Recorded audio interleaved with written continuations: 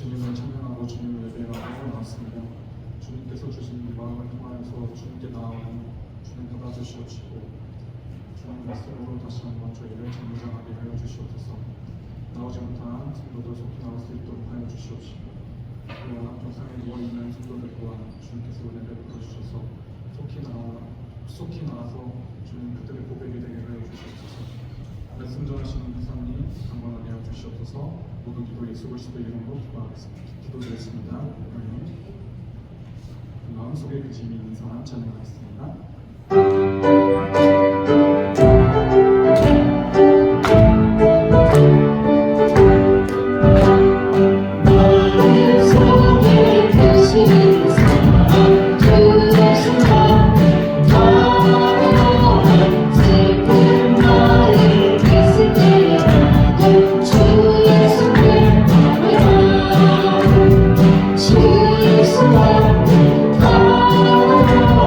주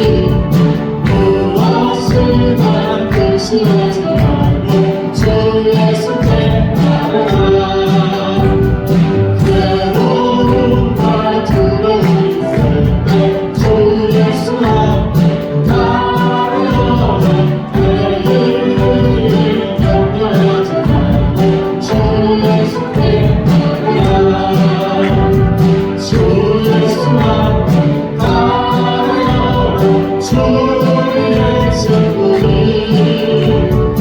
무엇을 바꾸시마지 말고 주 예수께 따르라 죽음 앞에 겁을 내는 자여 주 예수 앞에 따르라 하늘 나라 바라보는 자여 주 예수께 따르라 주 예수 앞에 따르라 주 우리의 승리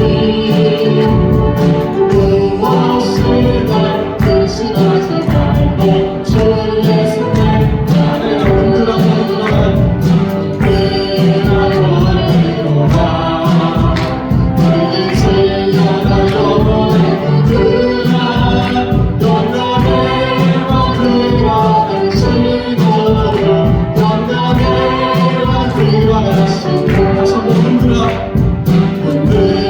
버리로라 이제 나가 영원히 흔들라 영원히 만들어 가시고 영원히 만들어 가신다 영광의 왕 되시고 하나님의 말씀 들어라 성령의 능하신 주시라 천만 위대하시고 왕의 왕세 왕의 왕세 왕의 왕세 당신은 영광의 왕이라 천만 위대하시고 다시 한번 흔들어 버리라 흔들어 버리라 들지어라 영원한 흔들어 영원히 만들어 가시고 영원히 만들어 가신다 영광의 왕 되시며 영광의 왕 되시며 나와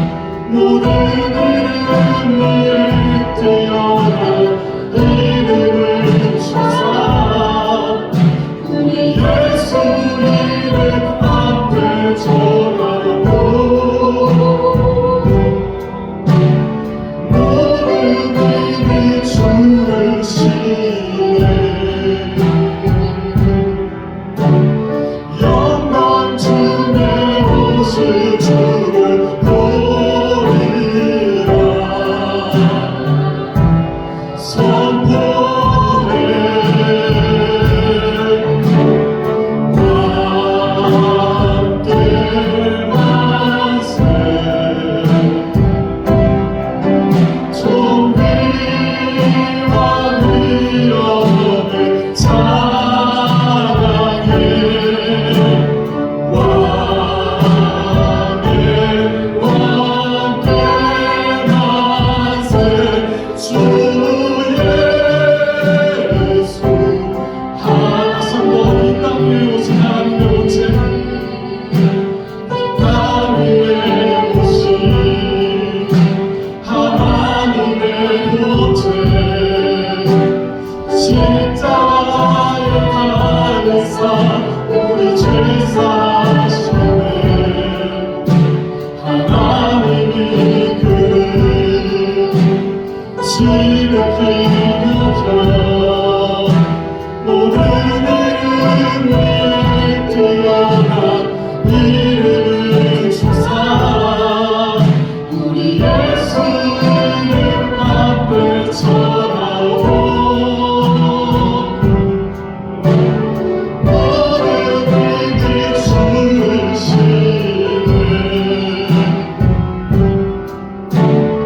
영광 중에 오실 주를 보리라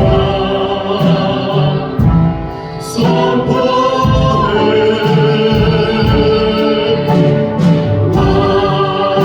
함께 만세 존귀와 위엄을 찬양해 왕의 왕께 만세 주 예수 왕께 만세 왕께 만세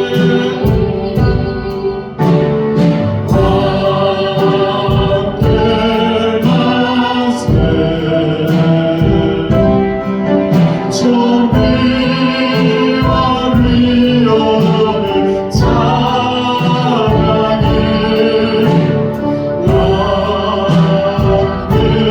왕께 왕께 만세 주 예수 다시 한번 마지막으로 함께 만세 존귀와 위엄을 찬양해 왕의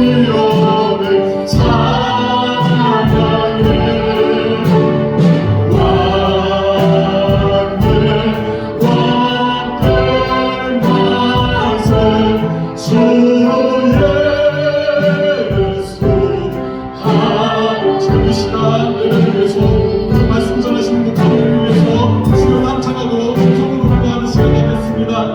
주여 주여 주여 되시는 것을 주님만이 우리의 왕이시니 할렐루야. 오늘 하나님 말씀은 사무엘상 2장입니다. 사무엘상 2장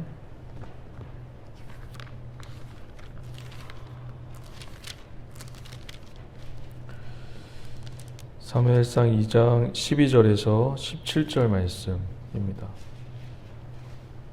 사무엘상 2장 12절에서 17절 말씀 다 찾았으면 우리 다 함께 자리에 일어서서 하나님 말씀을 한 절 한 절 교독하도록 하겠습니다. 2장 12절에서 17절 말씀을 한 절 한 절씩 교독하도록 하겠습니다. 엘리의 아들들은 행실이 나빠 야훼를 알지 못하더라. 그 제사장들이 백성에게 행하는 관습은 이러하니 곧 어떤 사람이 제사를 드리고 그 고기를 삶을 때에 제사장의 사환이 손에 3살 갈고리를 가지고 와서 그것으로 냄비에나 솥에나 큰 솥에나 가마에 찔러 넣어 갈고리를 걸러 나오는 것은 제사장이 자기 것으로 가지되 실로에서 그곳에 온 모든 이스라엘 사람들이 이같이 할 뿐 아니라 기름을 태우기 전에도 제사장의 사환이 와서 제사 드리는 사람에게 이르기를 제사장에게 구워드릴 고기를 내라. 그가 내게 삶은 고기를 원하지 아니하고 날 것을 원하신다 하다가 그 사람이 이르기를 반드시 먼저 기름을 태운 후에 내 마음이 원하는 대로 가지라 하면 그가 말하기를 아니라 지금 내게 내라. 그렇지 아니하면 내가 억지로 빼앗으리라 하였으니 이 소년들이 제가 야훼 앞에 심히 금은 그들이 야훼의 제사를 멸시함이었더라. 아멘. 우리 다 함께 자리에 앉으시면서 좌우 옆 분들에게 이렇게 인사하도록 하겠습니다. 주의 이름으로 사랑하고 축복합니다. 네. 네, 주님이 붙드시고 지켜주십니다. 네, 오늘 엘리의 아들들의 행실이라는 제목으로 은혜를 나누도록 하겠습니다. 그 엘리의 아들은 두 명이죠. 홈니와 비느하스. 홈니와 비느하스가 오늘 그 죄악이 하는 3가지 정도 이렇게 나타나는데 더 많았겠죠. 더 많은데 그 중에 이제 주목할 것, 성경에서 우리에게 전달해 줄 것. 그러니까 이 시대가 영적인 암흑 시대잖아요. 영적인 암흑 시대. 여러분, 영적인 암흑 시대라고 우리가 그냥 대충 이렇게 얘기하면 영적인 암흑 시대구나 이렇게 생각하는데, 영적인 암흑 시대에 좀 특징이 있습니다. 뭐냐면 여러분, 중세 시대를 영적인 암흑 시대라고 하거든요. 유럽에. 왜 영적인 암흑 시대냐면 보이는 게 너무 좋아요. 사람의 눈에 보이는 것을 굉장히 선호를 했습니다. 예를 들면 성 베드로 성당 얼마나 웅장해요. 근데 그 시대가 어떤 시대냐면 돈으로 투자하고 그리고 사람들이 많이 몰려올 때 많은 돈을 들여서 성전을 짓고 아름다운 성전을 지었단 말이에요. 얼마나 하나님이 기뻐하시겠어요. 그런데 영적인 암흑 시대라고 신학의 그 주류는 그렇게 이야기하고 있습니다. 너무 보이는 거에 초점을 맞추고 있어요. 지금 여기도요. 지금 우리 오늘 본문 말씀은 좀 이따가 이제 보겠지만 굉장히 보이는 것에 많은 걸 초점을 두고 있습니다. 영적인 암흑 시대가 또 두 번째 특징은 뭐냐면 제사장들이 타락을 하는 거예요. 그러니까 목사들이 타락을 하는 거죠.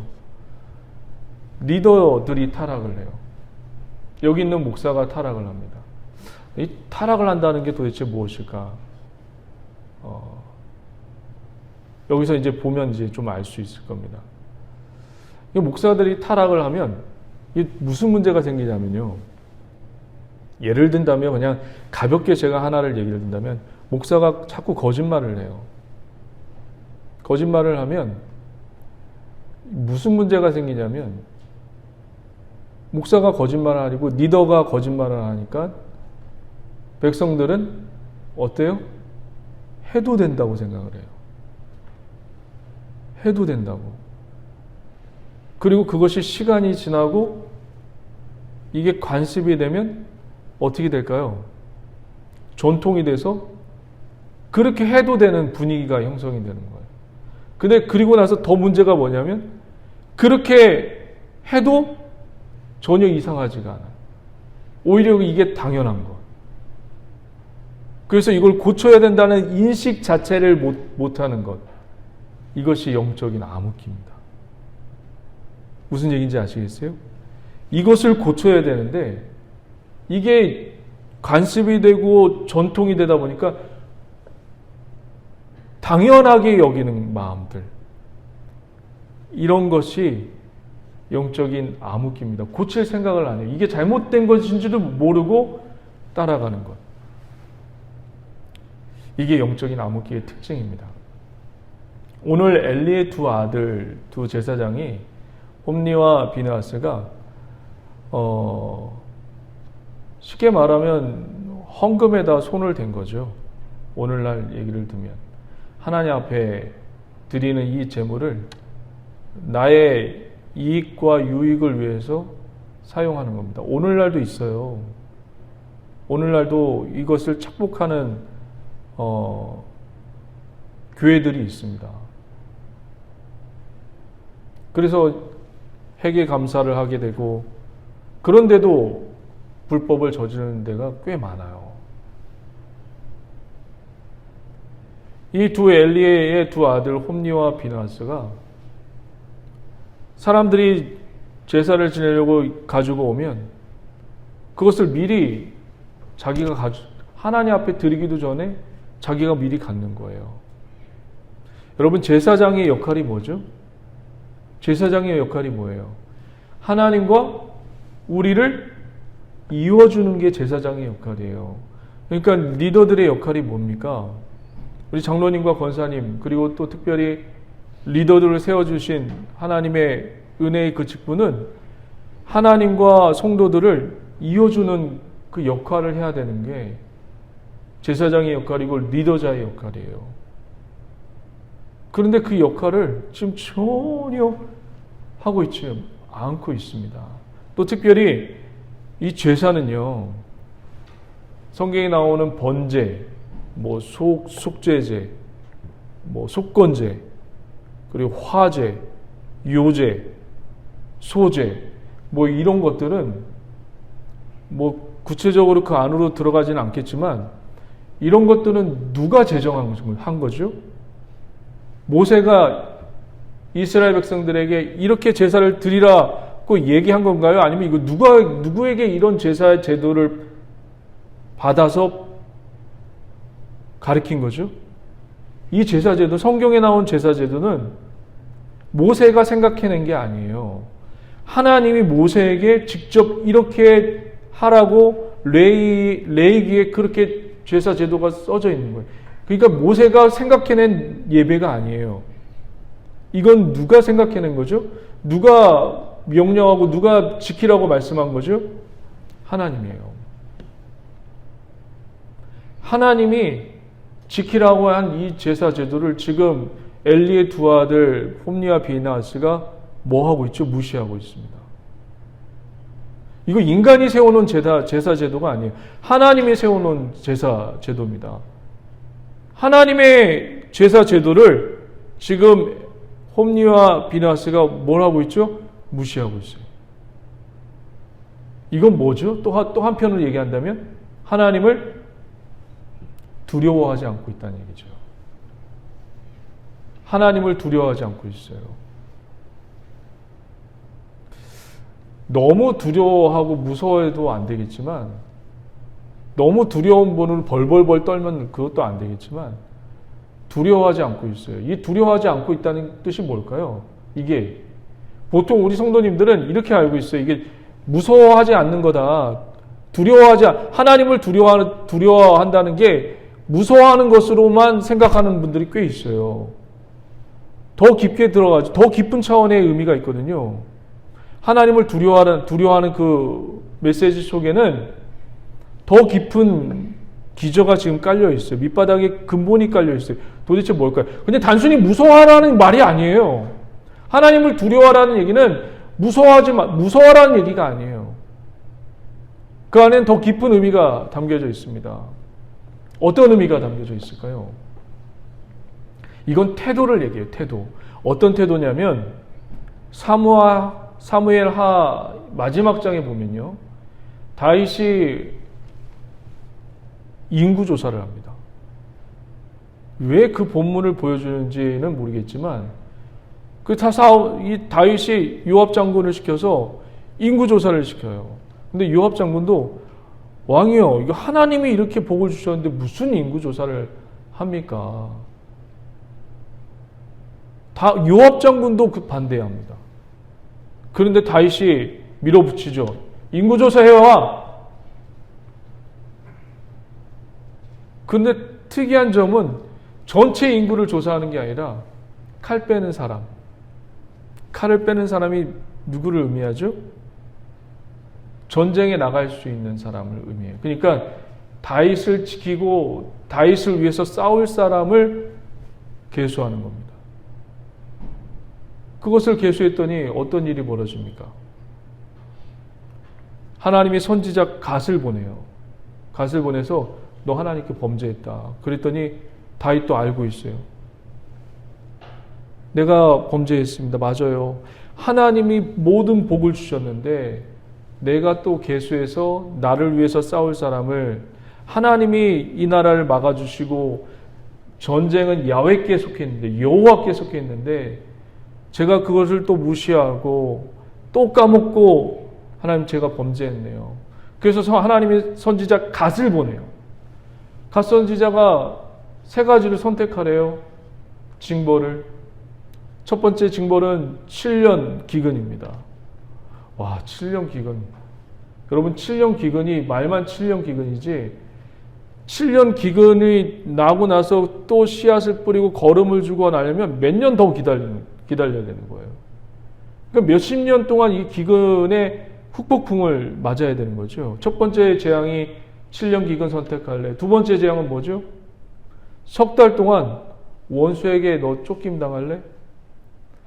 이 징글징글해요. 이 석 달 동안 원수에게 쫓긴다는 건 징글징글합니다. 왜냐하면 다윗이 누구에게 쫓김을 당했었죠? 자기 아들 압살롬에게 쫓김을 당해서 그게 너무 힘들어서 징글징글합니다. 그리고 또 갓 선지자가 세 번째 징벌을 얘기하죠. 이게 뭐죠? 3일 동안 전염병. 너 이 셋 중에 무엇을 선택할래?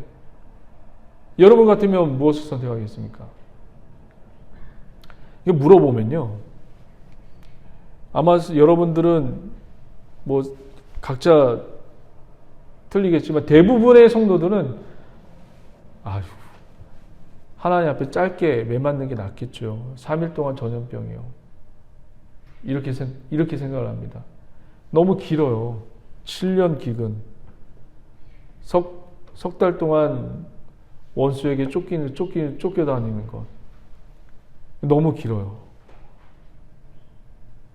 그러니까 3일 동안 전염병을 맞아서 그냥 그렇게 고통당하고 빨리 끝나는 게 낫다. 대부분 그렇게 성도님들 생각하더라고요. 다윗이 이 셋 중에 무엇을 선택한 것 같아요? 다윗이 이 셋 중에 이걸 선택을 해요. 뭘 선택하냐면 3일 동안 전염병.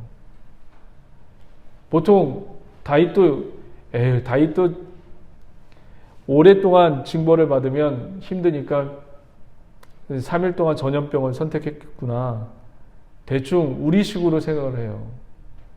근데 그렇지 않아요. 성경 다윗이 이 3일 동안 전염병을 선택하면서 다윗이 고백한 말이 있어요. 우리 한번 그 말을 한번 볼까요? 사무엘하 21장 한번 보실래요?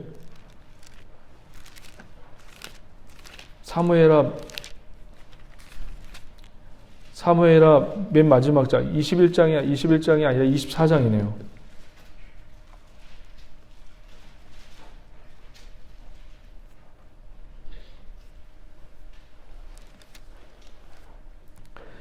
(24장) 14절 한번 보실래요? 24장 14절 다 함께 한번 읽어볼게요. 시작. 다윗이 갓에게 이르되 내가 고통 중에 있도다. 청하건대 야훼께서는 긍휼이 크시니 우리가 야훼의 손에 빠지고 내가 사람의 손에 빠지지 않기를 원하노라 하는지라. 다윗의 가장 큰 고민은 사람의 손에 놀아나는 것을 원하지 않았어요. 하나님의 손에 빠지기를 원했어요. 이게 좀 더 이해가 좀 어렵죠? 우리 역대상 한번 볼게요. 역대상 21장. 역대상 21장에 보면 역대상 21장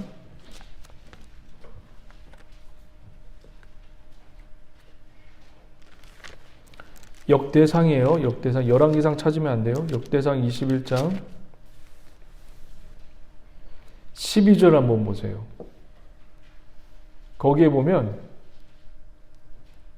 좀 독특한 다른 거에는 없지만 전염병에만 붙어 있는 말씀이 있어요. 수식어가 있어요. 그거 한번 찾아보세요. 21장 12절 다 함께 읽어봅니다. 시작. 혹 3년 기근인지 혹 내가 넉 석 달을 적군에 패하여 적군의 칼에 쫓길 일이든지 혹 야훼의 칼 전염병이 사흘 동안 이 땅에 유행하며 야훼의 천사가 이스라엘 온 지경을 멸할 일이든지 하셨나니 내가 무슨 말로 나를 보내신 이에게 대답할지를 결정하소서 하니. 여기 세 가지 재앙 중에 전염병에만 무엇이 붙어 있죠? 야훼의 칼. 다윗이 이 자세는, 이 태도는 무슨 태도냐면, 여러분 잘 되면 하나님께 뭐라고 우리가 고백을 하죠? 하나님 감사합니다 라고 고백을 해요. 못 되면, 잘 안 되면 어떻게 해요? 잘 안 돼도 이것이 하나님이 하신 일이면 우리는 뭐라고 해야 돼요? 하나님 감사합니다 라는 고백을 해야 돼요. 믿으십니까? 이 태도가 어떤 태도냐면 다윗이 이런 태도를 갖고 있는 거예요. 내 삶의 처분도 하나님께 맡기겠습니다. 내가 잘 돼도 하나님께 맡기고 못 돼도 내 모든 처분을 하나님께 맡기겠습니다. 라는 그 태도가 있는 거예요. 이게 야훼를 두려워하는, 경외하는 태도입니다. 우리는 잘 되면 하나님 감사합니다. 못 되면 그게 만약에 하나님이 계획해서 못 됐다고 생각을 한번 해보세요. 사단이 방해하는 게 아니라 하나님이 그 계획, 저와 여러분들 가는 길을 막았어요. 그래서 못 됐어요. 우리 뜻대로 안 됐어요. 그래서 기분이 나빠요. 근데 이게 하나님의 뜻이었어요. 하나님이 막으신 거였어요.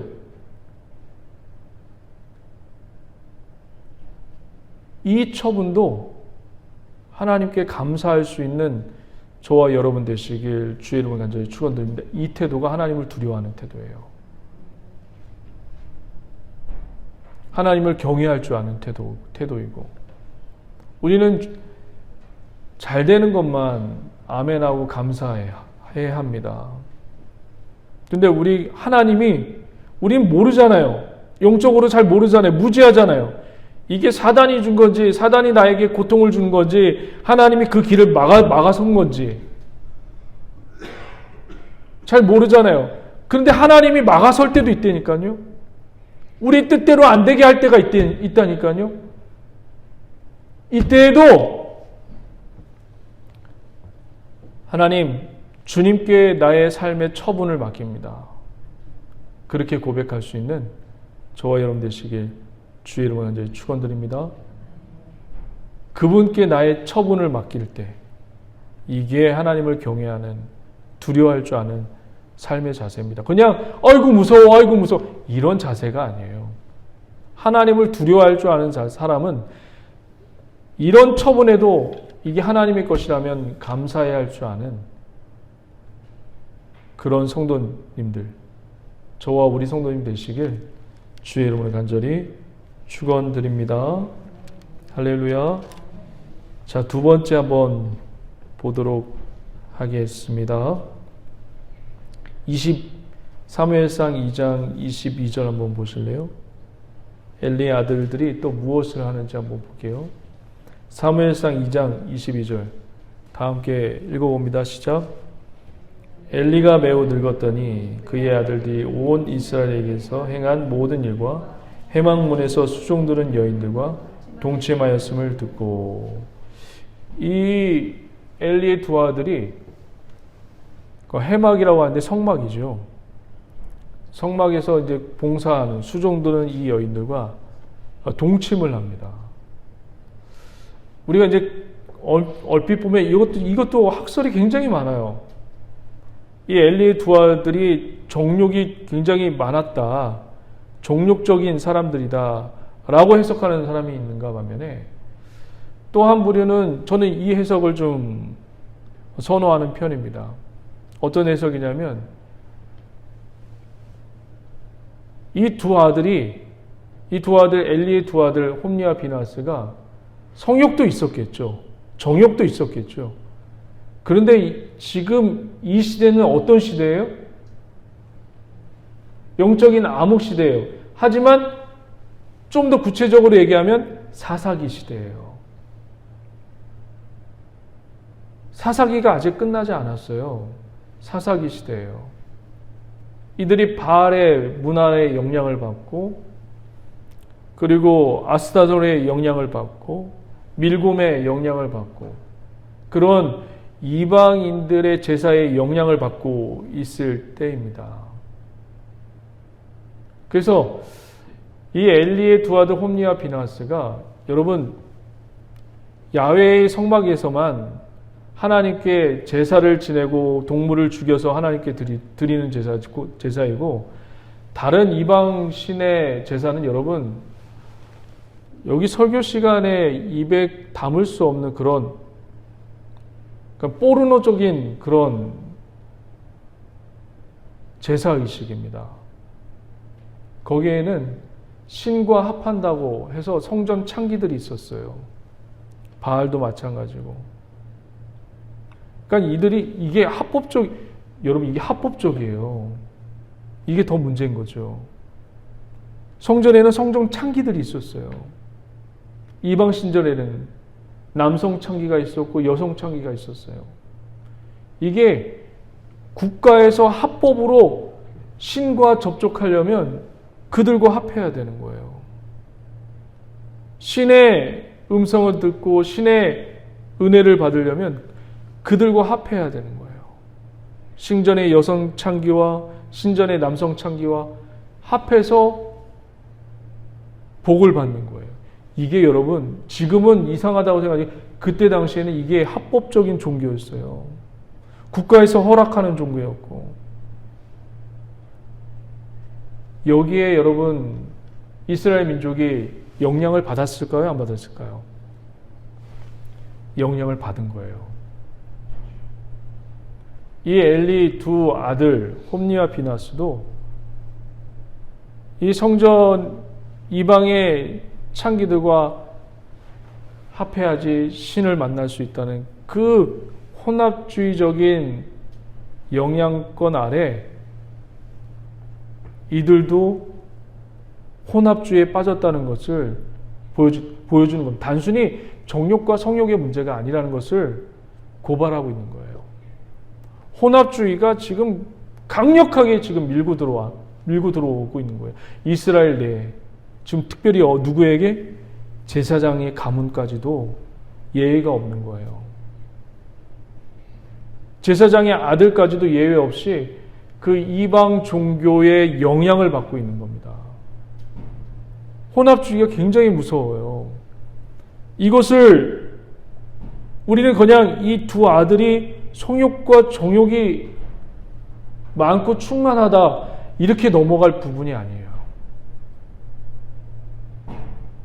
성막 안에, 이스라엘 종교 안에 이방 종교들이 지금 스물스물 들어오고 있고, 그것을 이제 이상하게 여기지 않는 시대상, 그것을 지금 고발하고 있는 겁니다. 이게 이상하지가 않아요. 더 깊게 한번 들어가 볼까요? 지금 바람이 많이 불어서 쿵쿵거리는데 저를 한번 보세요. 더 한번 깊게 들어갈게요. 솔로몬이 여러분 몇 명의 여인이 있었죠? 1000명의 여인이 있었죠. 솔로몬이 두 가지밖에 생각을 못 하더라고요. 성도님들이. 첫 번째는 뭐냐면 이 솔로몬이 성욕이 충만했기 때문에 1000명의 여인이 있었을 것이다 라는 생각과, 또 한 가지는 뭐냐면 이 1000명의 여인을 얻음으로 인해서 주변 나라들과 이렇게 정략적인 결혼을 통해서 화친을 맺어서 평화를 이룬 그런 왕으로만 생각을 합니다. 그런데 이 솔로몬이 이 여인들을 데리고 온 또 하나의 이유가 있어요. 무슨 이유일까요? 이거는 신관하고 연결되어 있어요. 신관. 여러분, 야훼의 종교는요, 야훼의 종교, 하나님을 믿는 그 종교는 왕이건 백성이건 제사장이건 다 어디에 무릎을 꿇어야 돼요? 야훼 앞에 무릎을 꿇어야 돼요. 그런데 이방 종교들은, 애굽의 종교하고 이방 종교들은 어떻습니까? 바로가 뭐죠? 바로가 신이에요. 그래서 바로가 신이기 때문에 이방 종교들은 왕이 신이에요. 신이 이 땅을 다스리기 위해서 내려온 거예요. 그래서 신이 여봐라, 물 좀 갖고 와라, 여봐라, 내가 말하는 것이 곧 법이다. 여러분, 솔로몬이 두 어머니가 한 아이를 내 아이라고 주장하고 있죠. 그렇죠? 그때 솔로몬이 뭐라고 얘기했을까요? 두 어머니가 한 아이를 가지고 이게 내 아들입니다, 내 아들입니다 싸우고 있습니다. 이때 솔로몬이 뭐라고 얘기했죠? 아이를 반으로 쪼개라. 그래서 우리는 솔로몬이 지혜롭다고 생각하죠. 솔로몬이 지혜를 얘기하는 게 아닌데 이게 많이 호도되고 오해가 돼가지고 솔로몬이 지혜로운 이야기를 하는 게 아니라 솔로몬이 반으로 자르라고 하면 이게 하나님 믿는 사람이 이럴 수가 있나요? 솔로몬의 말이 곧 법이기 때문에 그렇게 얘기한 거예요. 그렇게 해서 진짜 쪼개서 솔로몬의 지혜를 드러내기 위한 것이 아니었어요. 그 이야기는.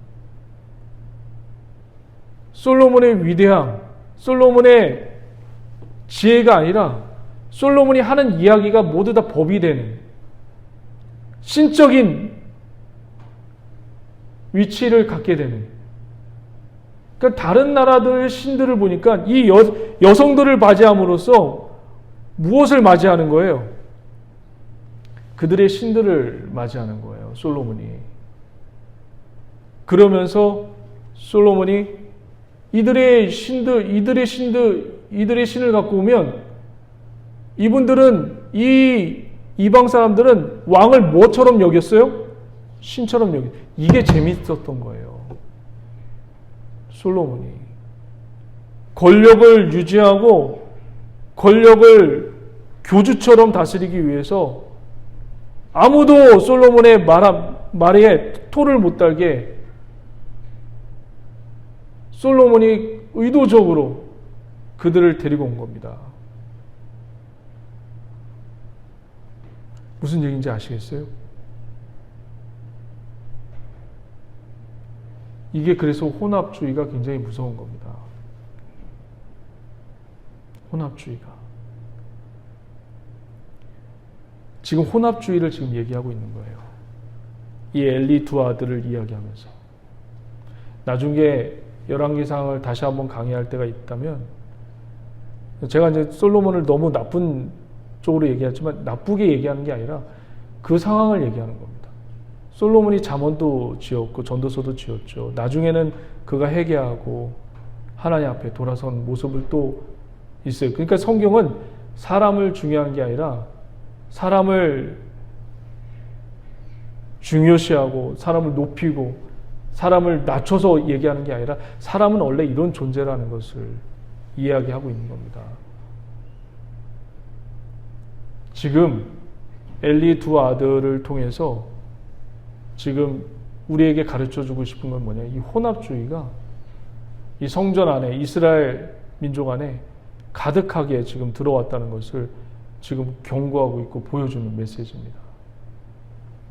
자, 우리 마지막으로 한 번 더 보도록 하겠습니다. 23절 한번 보도록 할게요. 사무엘상 2장 23절 다 함께 읽어봅니다. 그들에게 이르되 너희가 어찌하여 이런 일을 하느냐? 내가 너희의 악행을 이 모든 백성에게 듣노라. 24절 내 아들아 그리하지 말라. 내게 들리는 소문이 좋지 아니하니라. 너희가 야훼의 백성으로 범죄하게 하는도다. 아멘. 좀 독특한 말씀이죠. 24절 말씀을 다시 한번 보세요. 내 아들들아 그리하지 말라. 내게 들리는 소문이 좋지 아니라 너희가 야훼의 백성으로 범죄하게 하는도다. 본인들이 지금 범죄하는데 지금 엘리가 자기 아버지가 이 두 아들에게 무엇을 지금 얘기하고 있죠? 너희 때문에 누가 지금 죄를 짓고 있다고 얘기를 하는 거죠? 너희 때문에 백성들이 지금 죄를 짓고 있다고 지금 말씀하고 있습니다. 이게 뭐예요? 여러분, 지도자가 죄를 지면요, 장로님이나 권사님이 죄를 지면요, 그 사람들 똑같이 따라해요. 밑에 있는 사람들이 해도 되는 줄 알고. 맞잖아요. 지도자가 똑같이 하면 그대로 해요. 여러분, 정치권을 한번 보세요. 정치 지도자들이 하는 거를 지금까지 계속 정치 지도자들이 계속 해와요. 그리고 그것을 누가 배워요? 이 백성들이 배워요. 그래서 이 나라의 부정부패가 끊이지 않는 겁니다. 그들도 하는데, 성경에서 여러분 솔로몬 다음에 나라가 분열이 되죠. 솔로몬의 아들 르호보암과 솔로몬의 신하였던 여로보암이 남과 북으로 나라가 갈려집니다. 솔로몬의 아들 르호보암은 유다를 다스리고 솔로몬의 신하였던 여로보암은 북이스라엘을 다스립니다. 근데 여로보암이 세 가지 죄를 범하죠. 첫 번째 죄가 뭐죠? 이 북이스라엘 사람들이 남유다의 예루살렘으로 절기 때마다 가니까 이 여로보암이 무엇을 만들었어요? 단과 베델의 송아지 우상을 만들었어요. 거기까지 갈 필요 없다. 너무 멀리 갈 필요 없다. 니네 남쪽에는 베델, 북쪽에는 단에 가서 너희 예배를 드려라. 처음에는 제사장들이 막 난리쳤습니다. 그래서 수많은 제사장들이 남쪽 유다로 왔죠. 이제 왕의 명령이라서 바뀔 수가 없는 거예요. 그리고 또 여로보암이 또 무슨 죄를 범했죠? 절기를 바꿔요. 하나님이 제정한 절기, 이 제사를 바꿔요. 6월절이라든지 뭐 이런 것들을 농사철이 너무 바쁠 때 이 절기를 지켜서 백성들이 너무 피곤하니까 날짜를 바꿔버려요. 날짜를.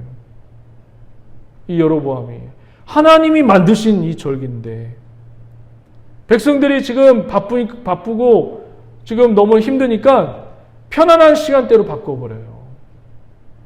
이 절기를, 하나님이 제정한 날짜와 절기를. 그리고 또 어떤 일이 벌어지죠? 이 여로보암이 제사장들이 다 남쪽 유다로 갔잖아요. 자기가 제사장을 임명해. 근데 임명하니까 성이 안 차는 거예요. 눈치만 보고. 그래서 본인이 직접 제사장 직분을 대신 행하죠. 이 여로보암이. 이 세 가지 죄입니다. 본인이 직접 제사를 지내요.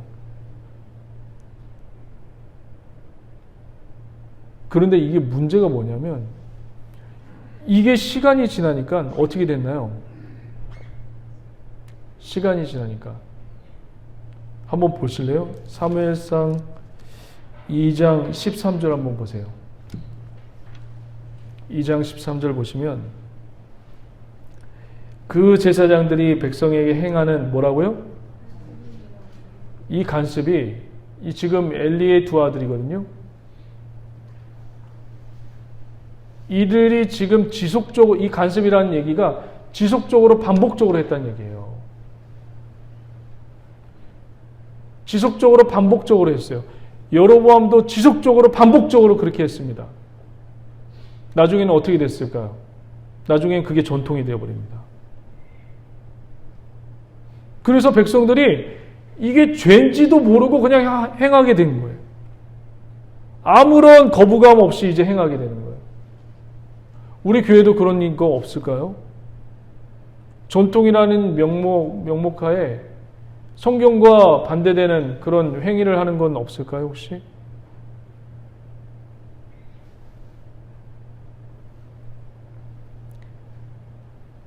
그래서 엘리 제사장이 두 아들에게 백성에게 죄를 짓게 하지 마라. 그 얘기가 이 의미입니다. 너희들이 지도자가 지속적으로 반복적으로 관습을 만들어내면 시간이 지나면 이것이 관습이 되어서 나중엔 전통이 되고, 그래서 이것을 백성들이 시간이 지나서 전통이라는 명목하에 아무런 걸음 역할도 하지 못하고 걸음종이 역할을 못하고 그냥 따라가다 지옥불에 가는 거죠. 뭐. 그래서 엘리 제사장이 두 아들에게 너희들이 죄로 인해서 백성들이 죄를 짓게 하지 마라. 그 이야기를 하는 겁니다. 그런데 더 문제가 있습니다. 더 큰 문제가 있어요, 지금. 지금 이 소굴 속에 누가 있죠? 엘리의 두 아들, 홈니와 비나스 말고 이 소굴에 한나라는 여인이 누구를 여기다 보냈죠? 사무엘을 보냈어요. 더 큰 문제예요. 지금 한나는 이런 제사장, 리더 그룹에서 이런 일이 벌어지는 것조차도 모르고 있어요. 근데 자기 아들을 여기다가 맡겨버렸어요. 그럼 사무엘도 나중에는 어떻게 돼야 돼요? 변질돼야 되죠. 근데 어떻게 됐나요? 여러분, 우리 속담에 맹모 삼천 지교라고 맹자의 어머니가 아들의 교육 환경을 위해서, 자녀들의 교육 환경을 위해서 옮겨 다니죠. 환경이 중요하다고 해서. 그러니까 우리는 환경과 상황에 영향을 많이 받는다라고 얘기를 합니다. 그런데 여러분, 사무엘상을 여러분 주목해서 봤지만 사무엘이 이런 환경에 던져졌는데도 어떻게 되죠? 영향을 받나요? 받지 않나요? 영향을 받지 않고 있어요. 그러니까 우리가 어떤 환경과 상황에 주어지면 그 상황에 영향을 받는다는 말이 틀린 말일 수도 있다는 얘기예요. 개천에서 뭐도 나죠? 용도 나요. 그러니까 많은 분들이 상황과 환경을 탓할 때도 많이 있어요.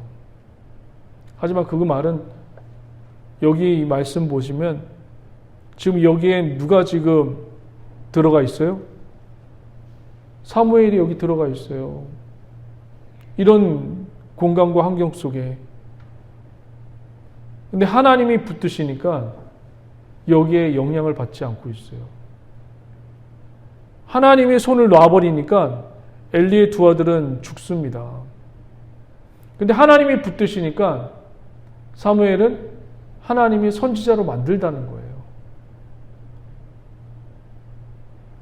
상황과 환경이 중요한 게 아니에요. 보니까. 이 상황과 환경 속에서 다윗과 같은 인물도 나왔어요. 사울이 다스리는 그 나라에, 그리고 골리앗이 윽박지르는 그 분위기 속에 다윗이라는 왕이 나왔습니다. 교회가 아무리 썩었다라고 얘기를 하지만 하나님은 이 교회를 통해서 일할 수밖에 없어요. 믿으십니까? 교회가 타락을 했지만 이 교회 속에서 일할 수밖에 없어요. 하나님은 그래도 이 교회에 소망이 있는 것. 그래서 목사님들 교회에 소망이 있다고, 교회에 소망이 있다고 얘기하는 겁니다. 이 교회 속에서 하나님의 지도자가 나오는 거거든요. 이런 분위기 속에서 상황과 환경이 중요한 것이 아니라 무엇이 중요하죠? 하나님이 붙잡는 사람이 굉장히 중요합니다. 우리 성도님들 한 주간에도 하나님이 붙잡는 성도님 되시길 주의 이름으로 간절히 축원드립니다. 기도하시겠습니다. 하나님 감사합니다. 주의 은혜와 자비하심이 충만하게 하시고 하나님의 기름 부심과 은혜가 넘쳐나게 하시며 오직 주님만을 의지하며 나가는 개혁된 믿음의 자녀 될 수 있도록 역사하여 주시옵소서. 모든 의감과 저주와 죄가 떠나게 도와주시고 오늘도 하나님을 예배하고 기도할 때 하나님의 크신 은혜와 자비하심이 넘쳐나게 하여 주시옵소서. 예수님의 이름으로 축복하며 기도드립니다. 아멘. 우리 다 함께 자리에 다 일어서서 우리 찬양 드리도록 하겠습니다.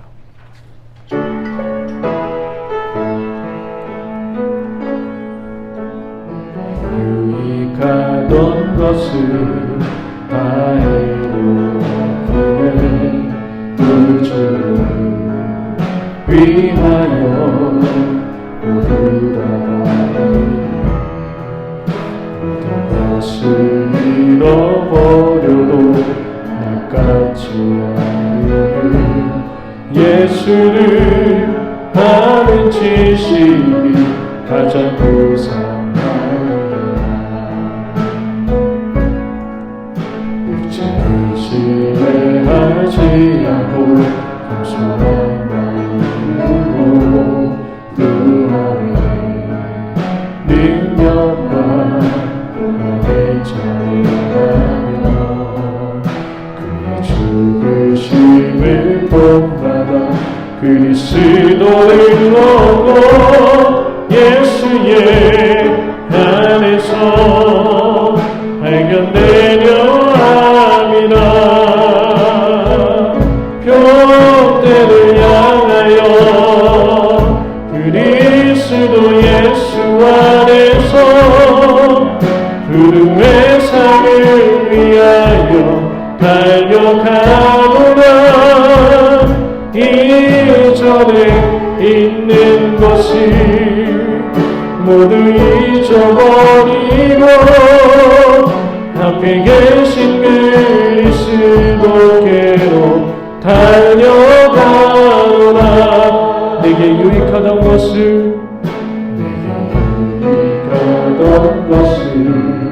다 해놓았네. 구주를 위하여 오르라. 모든 것을 잃어버려도 낯같지 않으리. 예수를 아는 지식이 가장 고상한 육체를 신뢰하지 않고